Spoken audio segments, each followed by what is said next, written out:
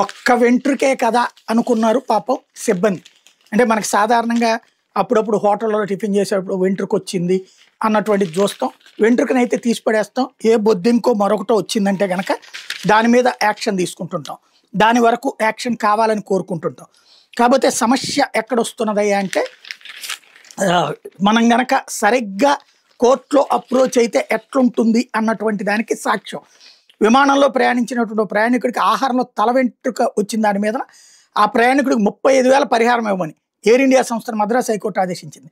సుందర పరిపూర్ణం అనే వ్యక్తి కొలంబో నుంచి చెన్నైకి ఎయిర్ ఇండియా విమానంలో ప్రయాణిస్తున్నప్పుడు విమాన సిబ్బంది అందించినటువంటి ఆహారంలో తింటున్నప్పుడు వెంట్రుక కనిపించింది.